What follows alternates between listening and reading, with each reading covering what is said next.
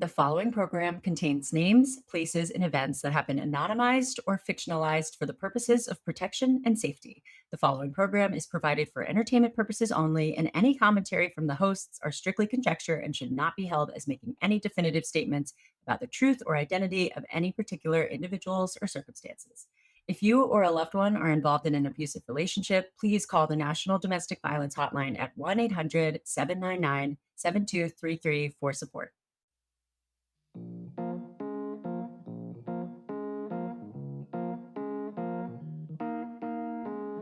Happy Dating Detectives Monday. And happy 3-year anniversary. We are recording this on our 3-year Dating Detectives anniversary. This is so cool, Hannah. We've come such a far, long way. I love you so much. I love you too. And I love everybody who's been with us from the beginning when we had really cheap mics and worse quality.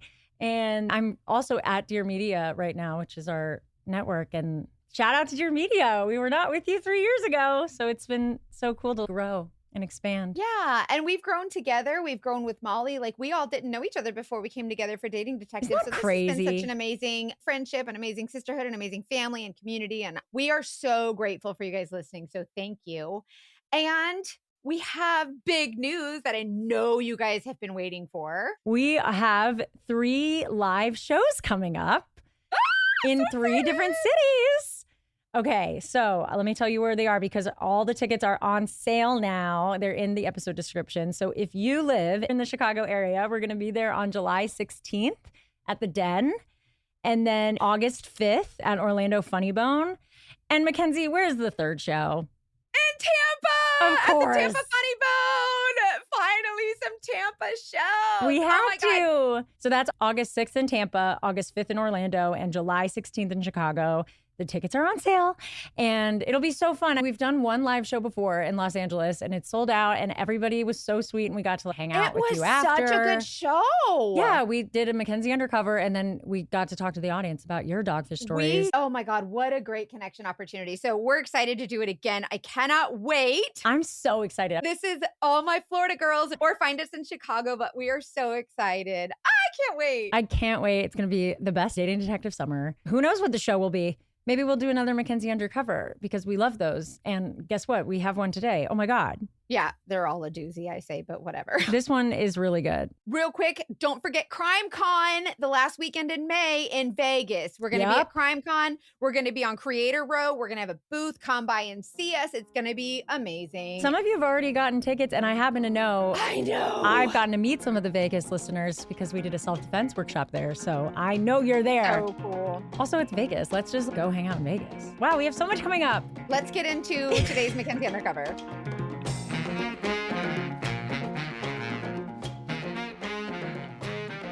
Take it away.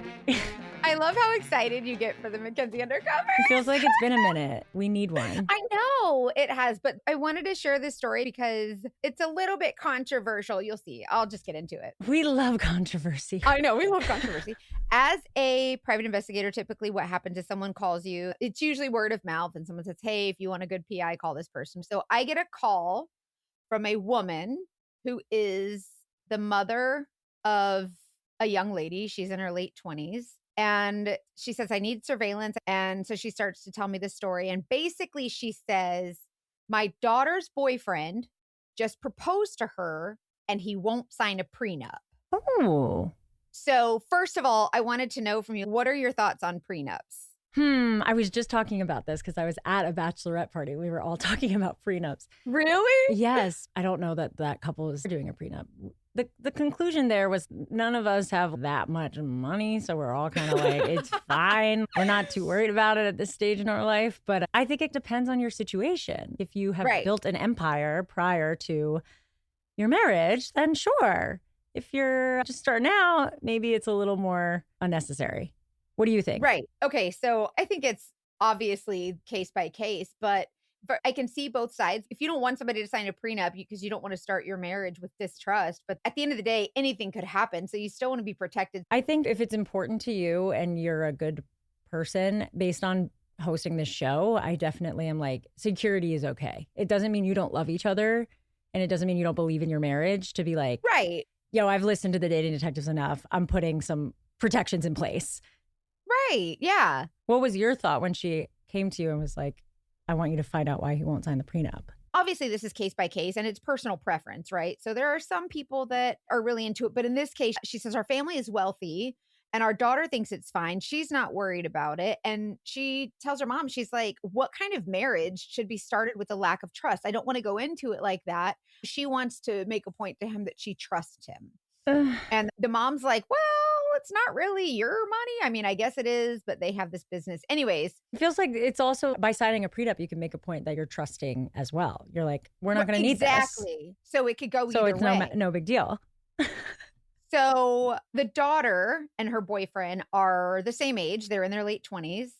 The boyfriend has a pretty decent job at a bank, and she helps run the family business, which has been super successful. And it's in their family for generations, which is where her generational family wealth comes from. So they have a lot to protect. This goes back a couple hundred years as business, whatever. So the mom says, I really want to protect the family and the assets. And that makes total sense. And I get that. And 100%, like, you're like, this is not her money. This is our family's Yeah. money. This ain't just her. So it's not her going into the marriage with trust. It's her protecting us too from this guy. Like, you never know. But she said that the red flag for her, and this is why she's super concerned, is that her daughter and her fiance met in college and they both graduated together with, business degrees. In college, he cheated on her and they broke up for a spell.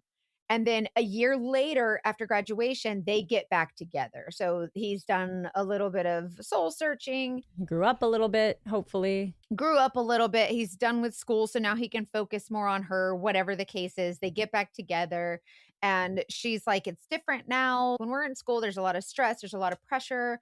And now that's gone. I feel a little bit better. So they get back together. But when they got back together, the mom said that the boyfriend became very love bomby. He's super apologetic and he's treating her really well. And he's lovey dovey all over her daughter, Ugh. saying everything she wants to hear. And the daughter's always ecstatic, which Is it bad that you- that's like an ick to me? Now I'm just like, get up off the floor. Stop apologizing. You cheated. Get over Same. it. he's trying to prove his worth to her. And the mom even admitted, she was like, any mom would want that for her daughter. But this guy, there's just something about it that just doesn't feel right. And your mom tuition. We talk about fem tuition, we talk about man tuition, but also there's mom tuition. Like, when you know. And they had been talking about moving in together, the daughter and the boyfriend. And she was a little bit hesitant. And she said she didn't want to move in until she knew they were going to get married. So now they're together a couple of years. And mom said that he turned the love bombing up to level 6,000. And now he's sending flowers. He's showing up at her work with gifts and just saying everything she wants to hear to make her feel so, so special. And she's like, it makes my daughter feel great. But every time he does these things, it makes me sick to my stomach. Something is wrong. I just don't like it. I don't trust him. So within a couple of weeks of them having this conversation about her saying no to them moving in together until they get engaged, he proposes to her. Wow. He's like, he has all a right, ring, bet. Yeah, she's been waiting for this for years and he's been avoiding it, skating around it, dragging his feet, whatever. And the daughter's been like, gosh, I just want him to propose. Every girl wants that. She has her little princess fairy tale dreams of a wedding. So he proposes. He has a beautiful ring and she's like, oh my God, I love you so much. Okay, let's move in together. So they move in together to her condo and she lives in Tampa. And this is a higher income type of neighborhood, of course, because she's wealthy. And this condo building is gated and surveillance is difficult within gated communities, but I could still get a pretty good view of the building. And it's a nice community. They move in together. It's a nice little condo building right on the water. So they get all moved in and she invites her parents over for dinner. And they start having a conversation about this prenup. And the daughter is adamant. She said, Mom, I've discussed it with the fiance and we're not going to do a prenup.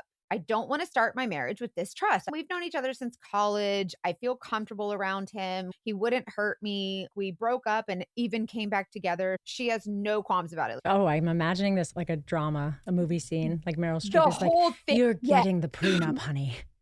Like Valerie Bertinelli. So then the parents are clearly upset and they're trying to talk her into a prenup as she starts planning the wedding. So she's going dress shopping and all this. And they're like, hey, how about that prenup? Well, one day the mom goes on social media, not looking for anything. She just happens to be on social media on her computer. And she sees a picture of the daughter's fiance where he was tagged in a photo with another woman. And she couldn't see really what the woman looked like, but she said it was pretty friendly. She wasn't super worried about the picture, but she knew it was him. He was And like, mom tuition. She was like, I'm going to clock that. yeah, she clicks on it to see what it was. It's a woman about his age, and he had his arm around her. Nothing crazy or sexy. It was just kind of friendly picture. So she's like, I didn't know if this was just me being extra because I'm already on pins and guard. needles about this prenup thing. Yeah. So she's like, I don't want to make a big deal out of it. Well, her husband comes home later, and the wife wants to show him what she found. So she goes to pull it up again, and it's gone. It's totally wiped off. She can't find it again. And she's like, huh, it's weird. Okay. So now she can't find the fiance on social media. Nothing. She can't he even wiped find his accounts. So the dad goes on under his account and he's not blocked.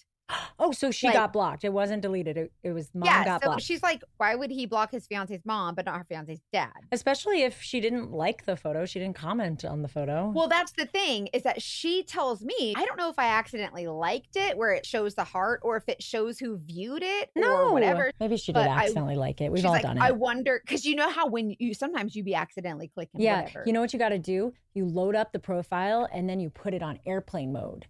Yes. Hack.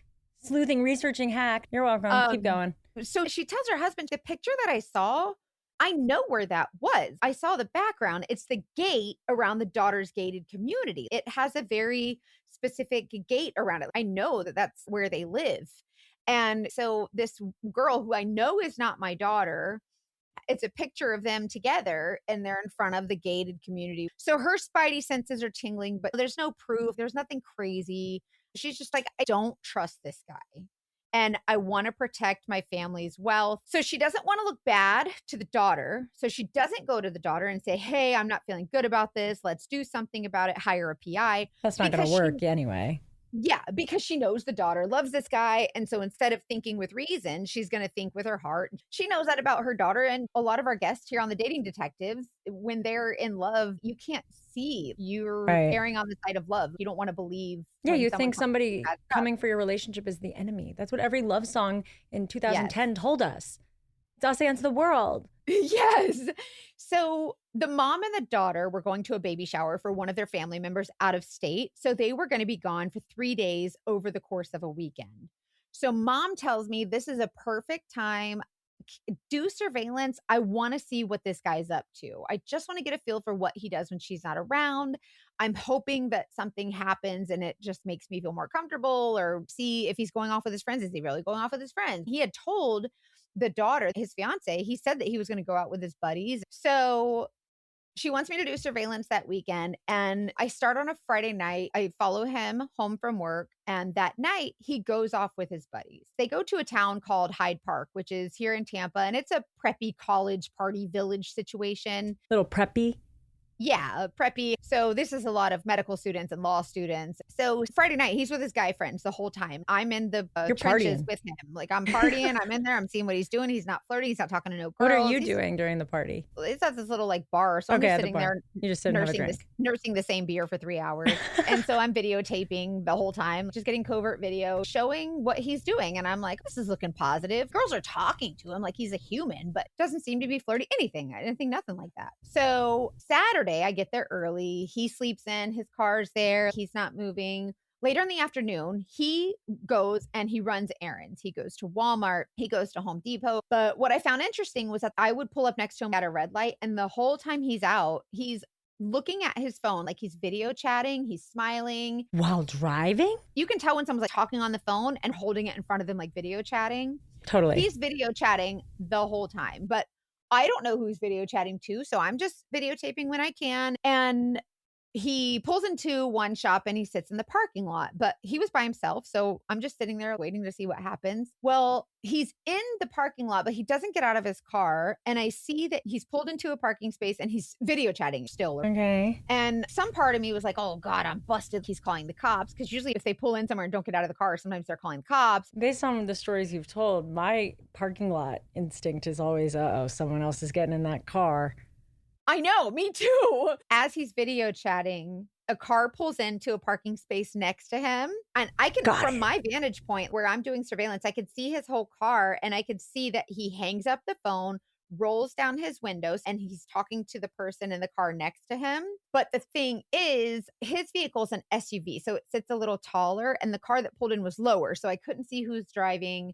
I could just see that it was a sedan. So he's like looking out the window and down a little bit because it's a car. Mm-hmm. But you could totally see that he's talking to someone in the car next to him, but I couldn't see who was in the driver's. So I leave my surveillance position where I'm at in the parking lot and I drive behind the cars in the aisle they're parked in. And I take note of the make and model of the car and the license plate, but the windows are dark because it's Florida. So everybody has dark windows here because it's hot. So the windows are so dark, I can't tell who's inside this car. And without literally walking between the cars and looking inside, I was not going to be able to tell. For anybody So- who's new to us, can you remind everyone all of the info you can get just from a license plate? Because it seems like that is the key to everything. A license plate will tell me your name, address, who the vehicle's registered to, who owns that address. And then from there, it just explodes this big family tree of names. Man, you can get down to when people had a Hotmail email. Yes, you can. And people still have AOL.com. So anyways, it's Florida. Windows are dark. I can't see who's in it, but I did have the tag. But here's the problem. In Florida, when you run the tag and the registered owner of the vehicle is in law enforcement, it does not give you any information. They can register under law enforcement and it'll say, nope, law enforcement, no information provided. Except that you know they're in law enforcement. Yes, maybe the car is owned by her dad and he's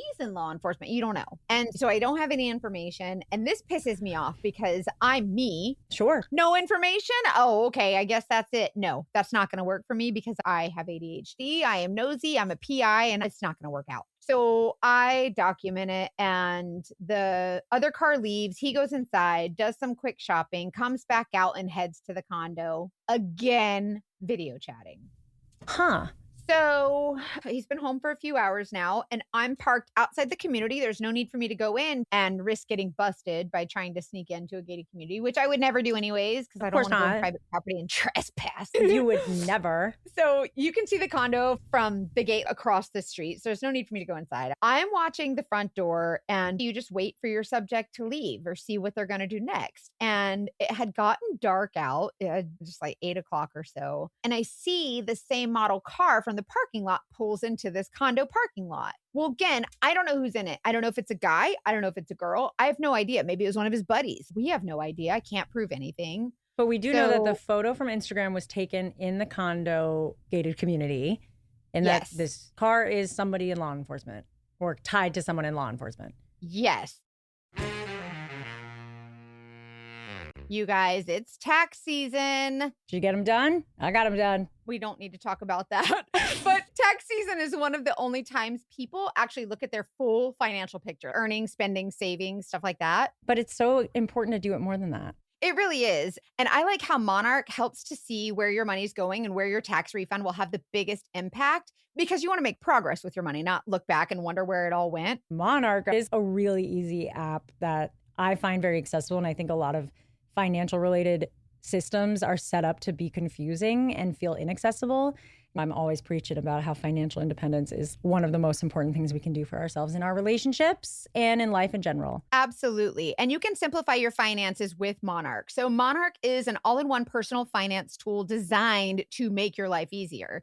It brings your entire financial life, budgeting accounts, investments, net worth, and future planning together in one dashboard on your phone or your laptop. Feel aware and in control of your finances this season and get 50% off your Monarch subscription with code DATING. Not only does Monarch help track my spending, but it helps keep me focused on debt payoff timelines and savings goals, financial planning, and hitting financial milestones. So you can make decisions that actually move the needle. I also love that it makes splitting bills easier. You don't have to get another app. You just scan or upload a receipt and Monarch automatically parses items and prices for you.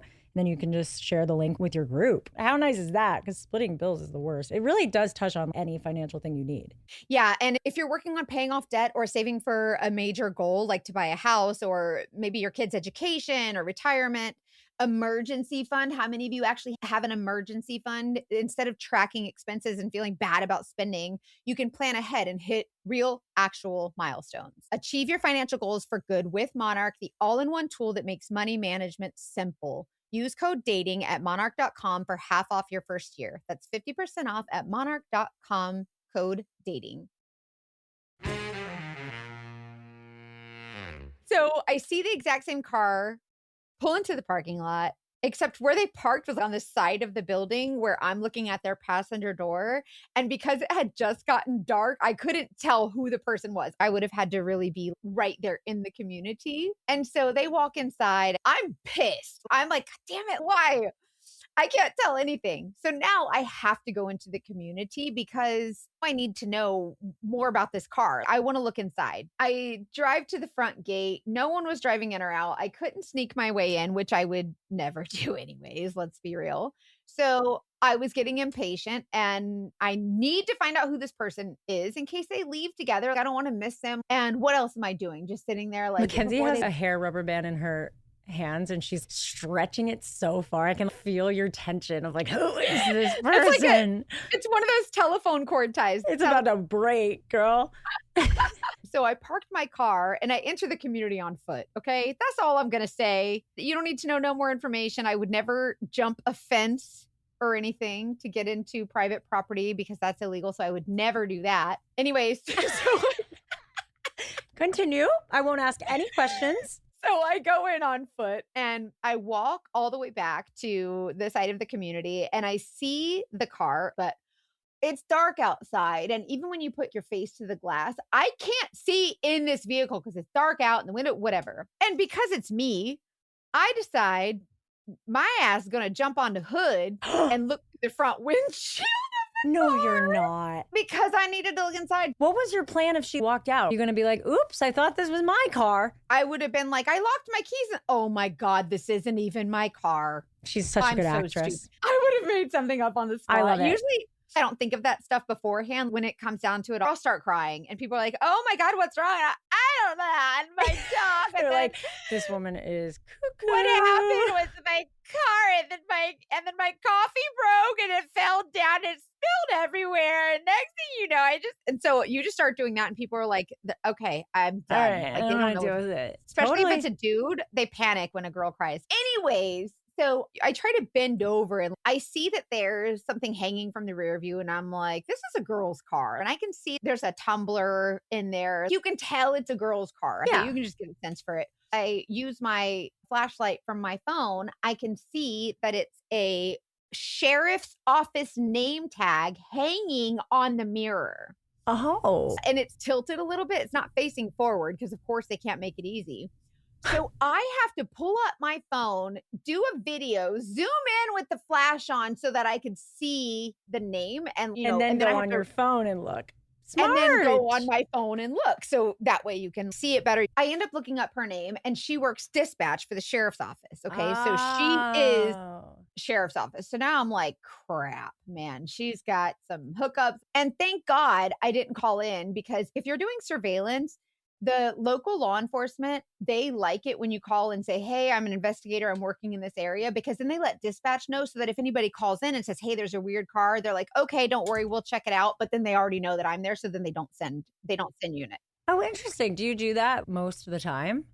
No, I try not to, although law enforcement hates it because why send units out if they don't have to? So if they know you're there and they can not waste a unit coming out to look at you, then your goal is not to be visible in a way that somebody's going to call and be like, there's a weird car here. You're good enough to not have that happen. Don't get me wrong. A lot of people will call and they'll say, there's a weird car parked here. And most of the time dispatch will tell them they'll send a unit out, but they know that I'm there. So they don't actually send a unit. But sometimes they don't know to do that. And so they'll say, oh my God, and they'll send someone lights and sirens. Sometimes you get busted doing that. So I try not to do that. Although law enforcement is like, it's a courtesy, you should do that. And I'm like, yeah, but it's not the law, so I don't have to. So I try to judge it. Yeah. But I'm glad I did at this point because like. She would have picked up her phone. Yeah. So I'm like, no way. Turns out I'm on the Google machine. And this girl has gone to college with both of them. So she was friends with both of them at that college time. And she matches the description of what the mom had described to me as the girl in the picture with her daughter's fiance. So now I'm thinking, is this the same girl that was in the picture with him? Well, it makes sense if she lives in the same complex. Or she's visiting him in the complex, whatever. So now I have this girl's identity and the story is starting to come together. And little by little, you start getting these pieces of information, which a lot of people ask me if someone visits a subject's home while you're doing surveillance, why do you need to know who they are? It's because everything that happens contributes to the puzzle and you can put it all together and you can paint a bigger picture. Surveillance isn't just sitting there with your thumb in your ass. You're actually doing an investigation. So the story's coming together. It's clear that he's spending time with this girl. And also, he didn't mention anything about a friend coming over. So the fiance thinks he's just home chilling by himself, but he did tell her on Friday night he was going out with his guy friends, and that's exactly what he did. But when he had the girl come over, he said nothing was happening that night. Nobody was coming over. He wasn't going anywhere. He said he was going to be alone by himself at the house. So anyways, I was disappointed they didn't go out and party together so I could get a video of them. But my job is just observe and report. I am basically Paul Blart. So I go back to my car and I start to see movement in one of their windows for their a particular condo. And the light is on and the curtains are sheer material so you can see silhouette. Very cinematic. They're on the 7th floor, but you can tell they're in the living room and they're sitting on a couch. You can see the backs of two heads side by side. One's taller, one's shorter, and you can see the top of a TV. They're sitting side by side on a couch. How far apart are the heads? They're close. They're both in the same window view. Like legs might be touching. You might have a little brush happening. So you can see the curtain moves like the wind had blown it. And next thing you know, I see the silhouette of a shirt coming up off over the arms. Like, oh God. Imagine watching a shadow where the shirt is coming up over the arms and over the head. So somebody's shirt is coming off. I don't know whose it is. I don't need to know whose it is. I know enough. I know enough. Mind you, I'm 7 stories down and I'm using my camera to zoom. So I'm just videotaping at the window and I'm using the pop-out screen on my camera to see what's going on because it's a 90 times zoom. Like that has some really good zoom on my little surveillance. Yeah. Thing, right? So then I decide I'm going to open my sunroof on my car and I'm going to stand out the top of it, videotape. And get really good shots, which what you're doing is allowed. Yeah. You're on public property. I'm not doing nothing wrong. Obviously, there's no expectation of privacy if you're doing something outside of your home. But where it gets a little tricky, and this is where the ethics and the morals come in, if you're doing something in front of a window, is there an expectation of privacy? No, I don't think so. I might be wrong. It's not against the law. Voyeurism is against the law. You can't just creep into someone's window. Sure. But as a licensed private investigator, if I am licensed to be there and you are doing something in front of a window where anybody walking down the sidewalk. Like if I walk down the street and see a murder through a window, I can use that in court.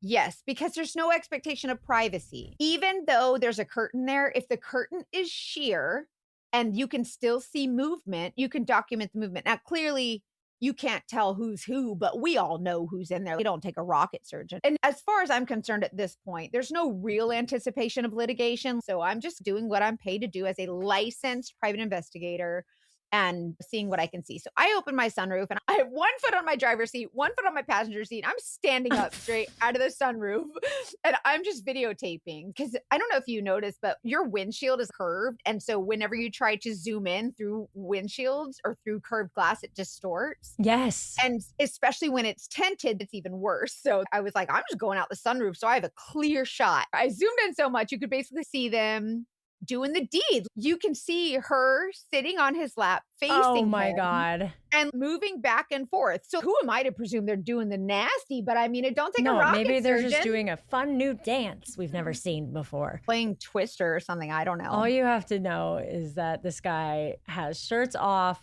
in his apartment, which he shares with his fiance, and it's not his fiance. This is a done deal. We know for sure she's out of town and he's got a weird girl in his apartment. Also, she gross knows that she went to college with them. Like, she knows them. I hate when people do that. She's not stupid. She knows that they're together. But then you see, just like in a movie, if you've ever seen Titanic, where she's like, draw me like one of your French girls. And next thing you know, they're making out and doing it in the car and her hands on the glass. Oh, God. And like, of course, we all remember the hand on the glass. Right? So she's like bent over the couch, basically looking out the window. Her hand is pressed against the curtain, against the glass. Are you worried she's going to see you?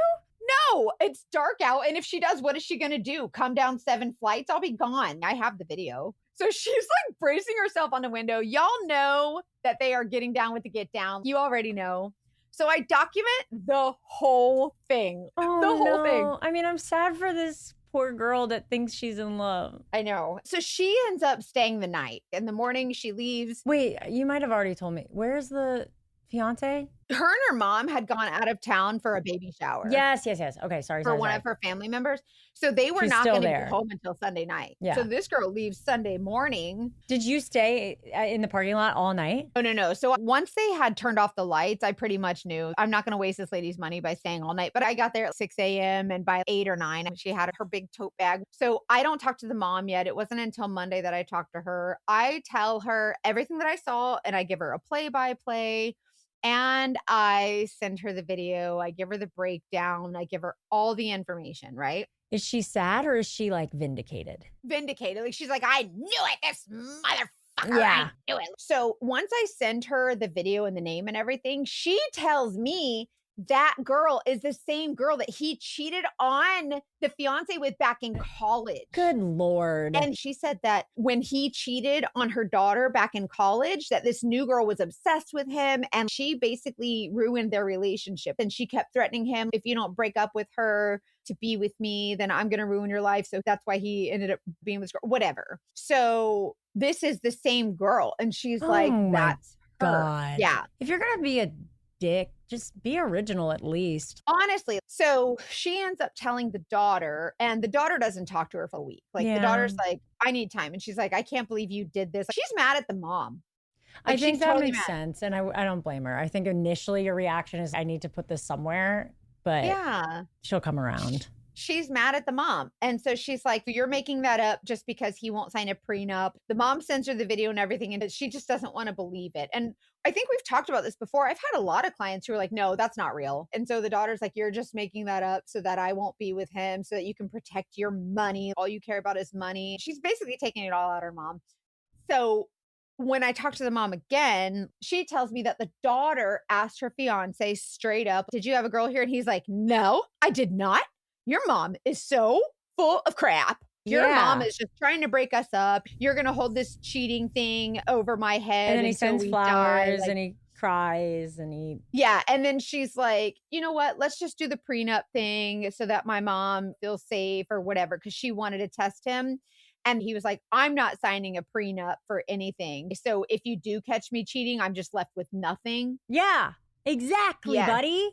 Yes, that's exactly how that works. That's pretty much correct. So the mom said that the next weekend they were over there moving him out and they're done. And nice. All right. You did it. You cracked the case, girl. She broke up with him. But I want to make a point that a lot of times my clients, they want to see it before they believe it. But even when they see it, they still can't believe it. And that's because your heart is so strong and your heart is so overwhelmed with these feelings that you can't let yourself believe it.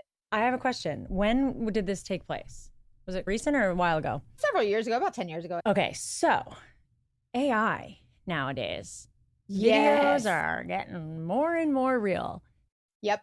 Do you think that's going to change your industry? People will be able to say, no, this is a fabricated video, and I have a lot more reason to believe that now that AI is so prevalent. So that's why, in my opinion, anybody who gets into the private investigation field, that's why I appreciate states like Florida who have licenses where you actually have to get licensed. You have to go through a background check and all this stuff. Not all states have to have a license? No, there are some states that are like, hey, you tracked down a missing gumball one time? Sure, come be a PI. Every state governs their own private investigators, and some states just don't require you to have a license. And oh, it's God. Wild. But when you actually go through the process of going through the background check and the state that you live in has said, okay, we trust you to do this, not only is that part of your credibility, but also whenever you work as a surveillance investigator, a lot of investigators are lazy and they lie. And because it's, you have to trust somebody Remember a the lot. guy that you followed and he was watching porn in the car? Yep, the other investigator. I did surveillance on him because he said nothing was happening. But I found out that he just wasn't paying attention. He was just working hard in another way. He was not paying attention. He was hooking up, doing drugs, watching porn, whatever. That was awesome. I hated it, but it was hilarious. But it just goes to show you that when you work for someone, you have to really set the standard and you have to create a good reputation for yourself So over the course of 20 years, anybody in the state of Florida, any investigator has probably heard my name. And they know your integrity. Yeah. And anybody that you call and say, hey, I want to hire Mackenzie Foltz to do an investigation. She said that I could call you for reference or whatever. They're going to say, yeah, she's good. She knows her stuff. She gets the video.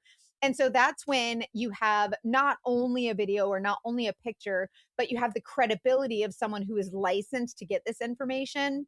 That's where you really have to build your network and build your reputation as someone who does the right thing, someone with integrity, someone who has a moral compass. And that's the only way we're going to combat the AI, because anything can be made up now and it could look real. I don't like this world. And then also I'm curious if anybody works in court systems that have to now navigate evidence being, I mean, we've had to deal with screenshots for a long time and Photoshop and stuff. I've never trusted a screenshot. No, never, I don't never, either. Unless it's coming from subpoenaed Verizon documents, then otherwise I'm like, I can make anything, and I barely know how to use Canva. You can chat GPT in an entire conversation right now to say whatever you want. It's hard to recognize when it's happening. And yeah, I'm just thinking about how we have to really trust our investigators more and more.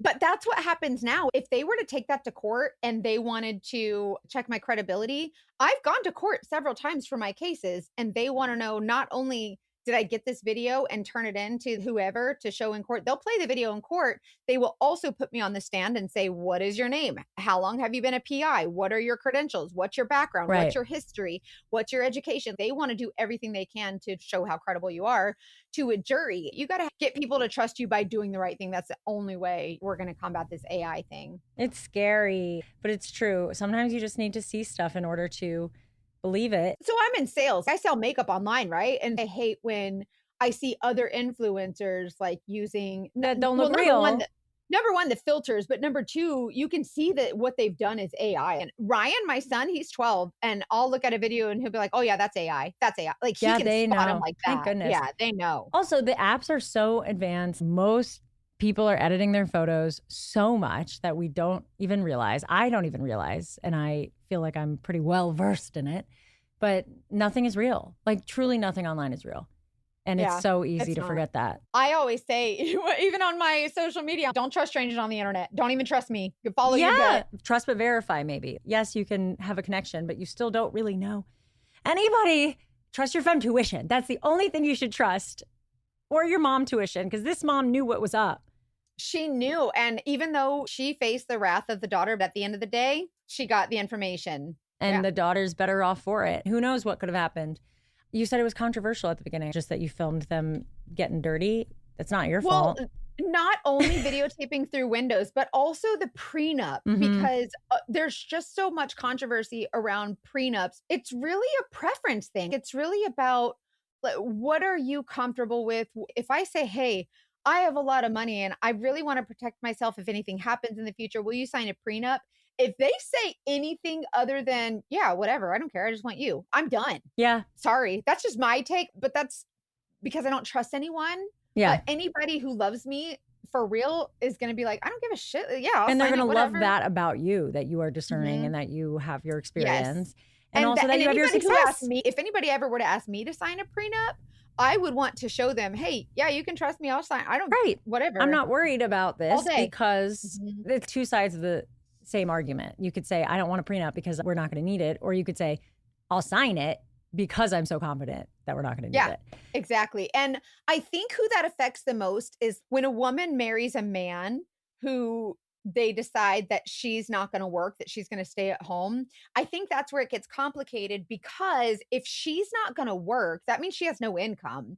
And a prenup basically means if we break up, you don't get nothing. Obviously, they're all different. Right. So it would need to be worth her time. If something were to happen, I would want some kind of protection. I'll sign a prenup. Just can you make sure it says that I get something reasonable if we break up? There's a book that I just sent you called Strangers that I just finished. And if anybody has read it, it's all the rage right now. It's a memoir about a woman who was dogfished, spoiler alert.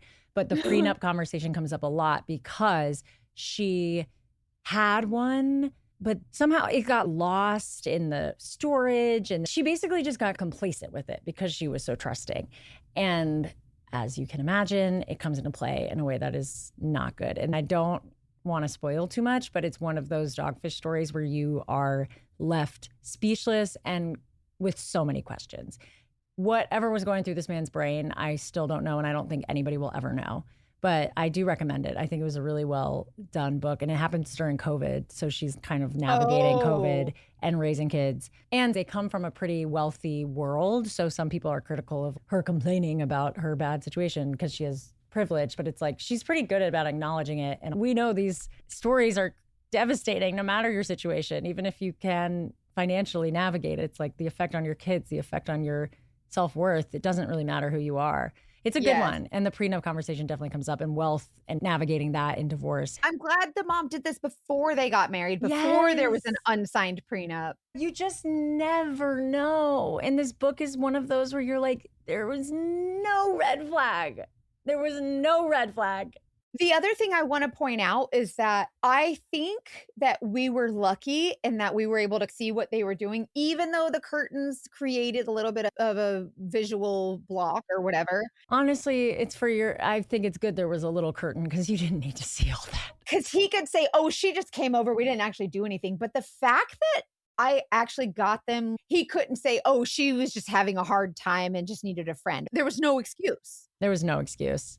Do you have any update on any of their lives? No social media peeking? I know that the business is still thriving, so that's good for the family. Good for the fam. And hey, if that were my mom, and I think she has the right to do it, she would, for the rest of my life, be like, don't doubt me again.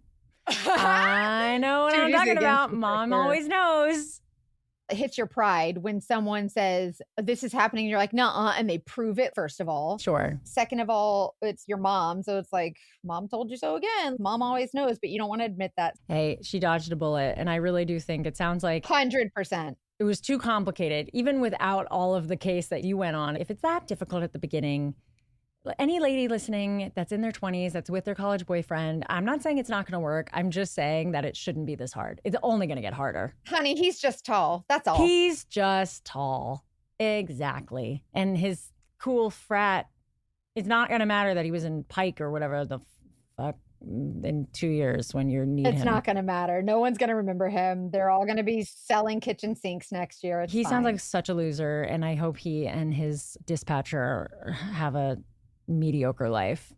Not even bad. I just hope it's boring and gray. Yeah. Nothing fun happens. Wow. Okay. I love it. I love imagining you just out the sunroof like, whoop. I'm curious, has anybody who's listening ever seen a PI in action? Because I'm never have. No, I'm sure that I have, but I'm sure that I wasn't aware. That's my point, is that we probably have seen it many times and just simply don't notice it. Don't realize it. But if you have, because there have been people who have talked to you and you're like, I'm on an investigation, and then they get really into it and they're like, ooh, I'm helping. Or Ken, PI Ken, he got some ladies to help him when they recognized him. That was so cute. We need to bring him back. I'm sure he's got another story. God, I love him. Our audience really loves PI Barbie Ken, so and we're gonna have Ken. to bring him back for sure. That was so fun. Hey, thank you for this amazing story and for sharing your craziness with us. And I'm glad that you got to the bottom of this one and got some closure. And the prenup conversation, we haven't really talked about it as much. We haven't. And I have another one too where I want to talk about prenups, but that's for another day. Oh boy. Well, if anybody wants to marry me, just know that this will be a conversation, because you not will that I have sign. There will be a background check because I'm me. Yeah, this dating detectives empire, it's protected. 100%. And we have an army behind us. It is so funny. Aw. Okay, I love you. I love you too. Thank you for listening. And we love you guys so much. And as always, trust your mom and femme tuition. Yes, trust your femme tuition and your mom tuition.